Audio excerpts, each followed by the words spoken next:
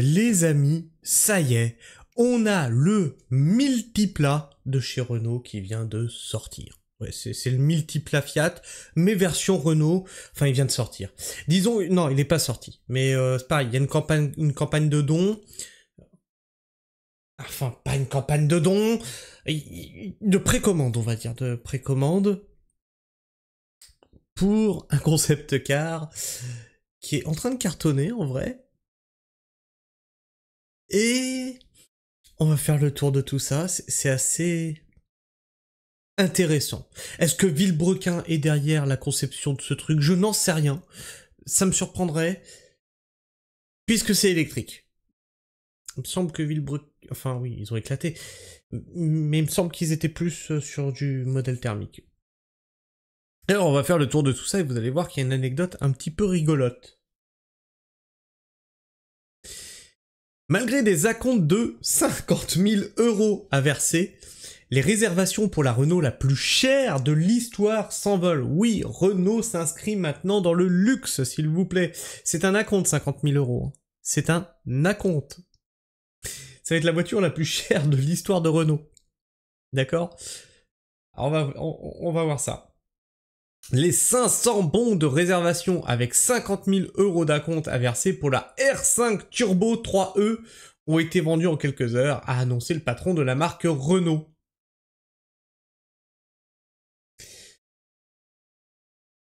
Alors,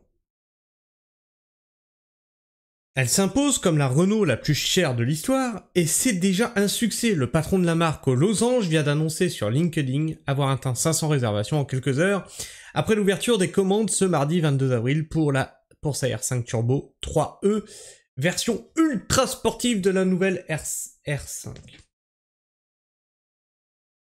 Et moi, là, il y a quelque chose qui m'a turlupiné.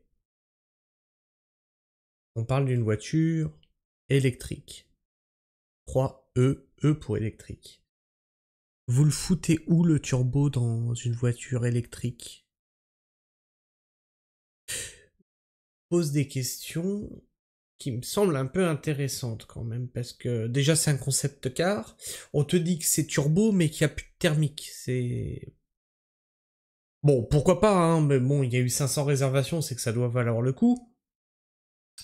Mais je trouve ça un petit peu cher quand même.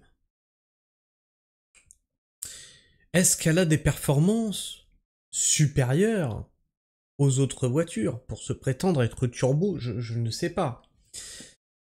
Un modèle dont les premières livraisons sont prévues en 2027 et qui bénéficiera de technologies très avancées.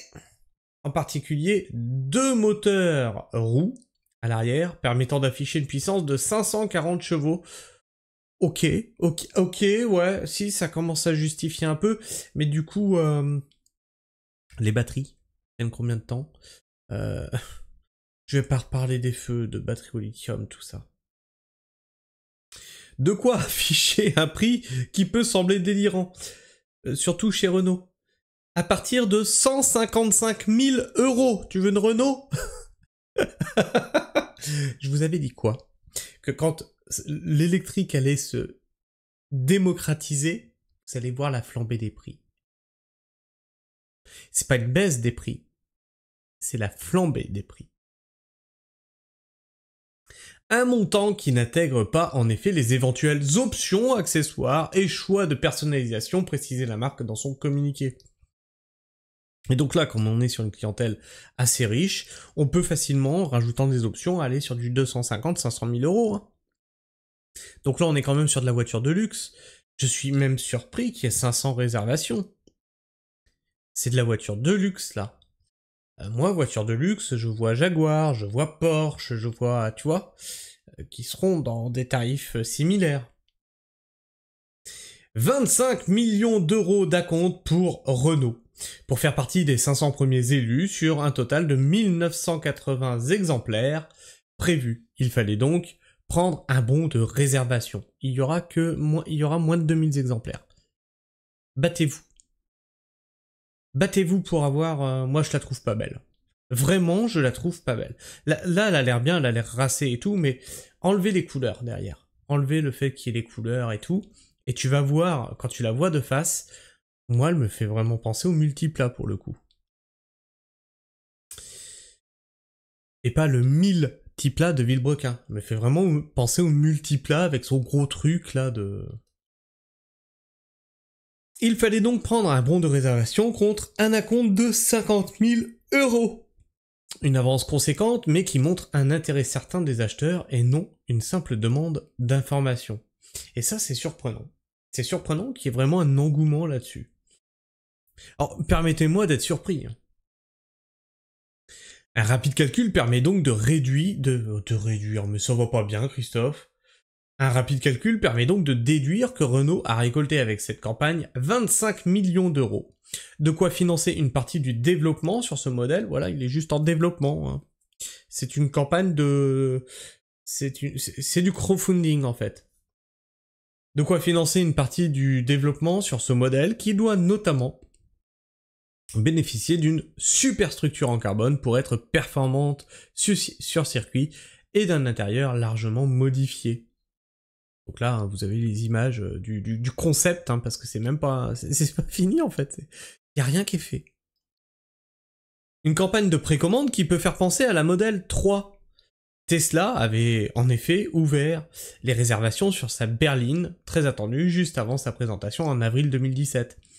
Ouais, mais Tesla, tu vois, je peux un peu comprendre, maintenant qu'ils puissent se permettre de faire des concepts comme ça et vendre le concept, parce qu'ils ont quand même commencé à s'imposer sur le marché de l'électrique. Tesla égale qualité, d'accord ? Oui, vous allez me dire dans les commentaires, Tesla égale Musk égale salut Mazie. Je sais bien. Mais non, on parle juste de la bagnole, là. Tesla, c'est réputé pour être de la bonne cam. Renault, c'est plus réputé pour être la voiture du peuple, je suis désolé.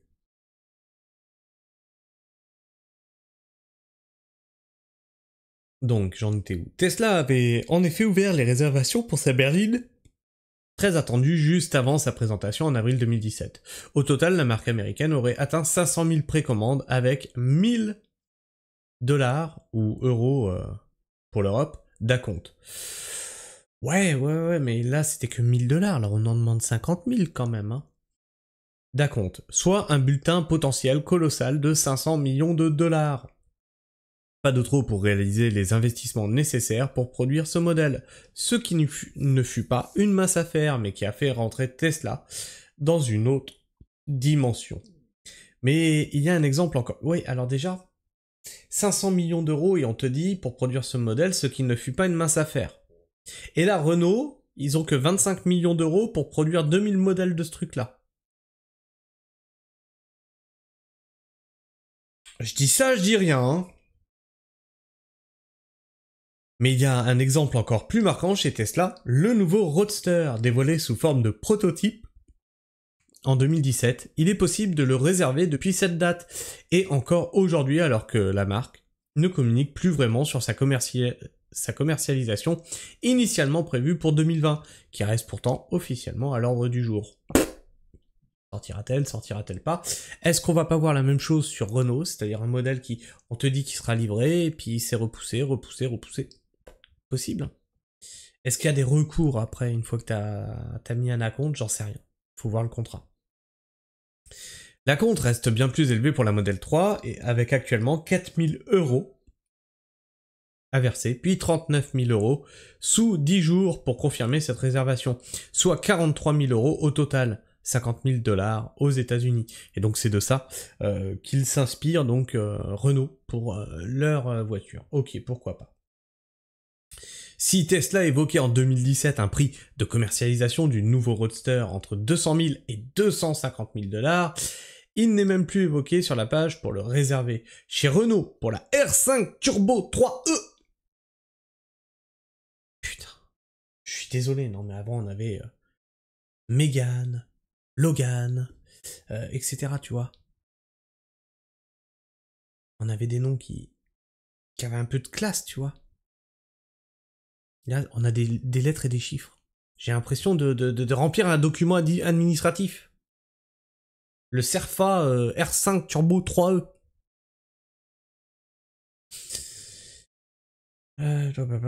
Où j'en étais moi avec mes conneries. Chez Renault, pour la R5 Turbo 3E, les premiers bons de réservation permettraient aussi d'être garantis de ce prix de vente à 155 000 euros. Oui, parce que c'est pas impossible qu'il augmente après. Un tarif en effet présenté comme un prix public recommandé prévisionnel du véhicule limité aux 500 premières réservations de commandes prioritaires dans le réseau, susceptibles de modification à la date de l'ouverture des ventes. Sous-entendu, ce prix pourrait être relevé avant la commercialisation du modèle en 2027, de quoi inciter à réserver cette Turbo 3E au plus vite, également pour faire partie des 1980 heureux élus pour cette édition limitée. Je suis désolé moi, mais j'attends que ça sorte avant d'acheter. Ah non mais... Jetez-vous sur ce que vous voulez, je m'en fous. Moi j'attends de voir la marchandise et de pouvoir la toucher. L'enthousiasme est palpable, tout comme la demande. Tout indique que les 1980 unités limitées s'envolent rapidement. Alors, réservez dès maintenant pour éviter toute déception. Réserve ta Renault à 50 000 euros, puis après, il faut que tu donnes les 100 000 qui restent. Hein. Réservez dès maintenant pour éviter toute déception. Alors moi, je dirais pas ça. Je dirais attendez de voir. Parce que là, vous avez que des images de concept. Attendez de voir pour éviter toute déception. Ajoute ainsi le patron de la marque Renault dans son post publié sur LinkedIn. Un véhicule d'image pour Renault.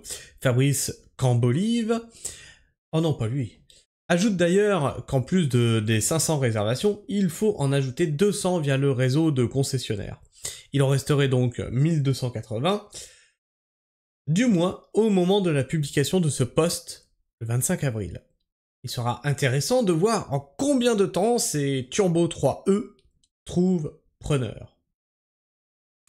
De quoi aussi offrir une jolie publicité indirecte pour la R5 et plus globalement pour la Renault, pour cette Renault. Cette R5 Turbo 3E est en effet vendue en Europe où la marque concentre l'essentiel de ses ventes, mais aussi au Moyen-Orient, au Japon ou en Australie. Malheureusement, la marque a décliné notre démarche d'en savoir un peu plus sur le pays d'origine des 500 acheteurs qui ont réservé cette mini supercar. Mais moi je suis désolé, là, quand on la voit de face, comme ça, de devant. Je sais pas, dites-moi dans les commentaires, mais je ne la trouve pas belle. Je la trouve pas belle. Enlève les effets visuels derrière. Imagine-la garée devant chez toi. Ben... banal. A voir si on verra donc bientôt des R5 Turbo 3E dans les rues de Doha, au Qatar. Le site internet local de Renault met bien en avant le modèle aux côtés des moins exubérants Koleos, Mégane, Arcana et le Duster vendus sous la marque Renault et non Dacia, hors Europe. Et toi, qu'est-ce que tu penses de ça? Est-ce que tu voudrais avoir une R5 Turbo 3E? On sait pas. Dis-le nous dans les commentaires. Est-ce que tu trouves que ça vaut le coup d'investir dans ce type de voiture-là? Tu trouves que effectivement Renault a raison de se placer sur un marché de luxe? Est-ce que tu trouves que cette voiture est belle, vaut le coup, ou bah en fait vous êtes comme moi, vous la trouvez moche? Bah écoute, tu me dis tout ça dans les commentaires, tu me partages ton avis et ton opinion dans l'espace commentaire. Alors ne me faites pas dire ce que j'ai pas dit, hein. Moi, la marque Renault, j'aime bien à la base. C'est accessible. La R5 m'a fait rêver depuis tout gosse, mais je trouve qu'il l'a. Tu sais, c'est comme les remakes des films qu'on avait quand on était gosse. Ils les prennent, ils les déforment et t'as envie de vomir dessus. Parce que toi, t'as le souvenir de ce que t'avais avant. Alors peut-être que pour les nouvelles générations, ben ça claque. Mais comme moi j'ai le souvenir de ce qu'il y avait avant, ben... je sais pas. Il y a un ressenti bizarre. Donc bah vas-y, on en discute dans les commentaires. Puis si t'es encore là en fin de vidéo, bah tu peux t'abonner. Tu peux t'abonner. Ça serait dommage d'être arrivé à la fin de la vidéo et puis de ne pas t'être abonné. Puis tu me le dis dans les commentaires. Comme ça, je te souhaite la bienvenue. Et sinon, bah tu peux partager aux fans de la marque Renault, s'ils veulent aussi faire partie des 500 premiers à précommander cette voiture. la multipla de chez Renault. Sinon, tu peux liker. Liker cette vidéo lui permettra d'être plus présente dans les algorithmes de YouTube, mais surtout, bah, ça m'encourage, moi, à continuer le travail d'information que je fais sur cette chaîne. Sur ce, je vous fais la bise, prenez soin du sol, et restez pragmatiques. Ciao.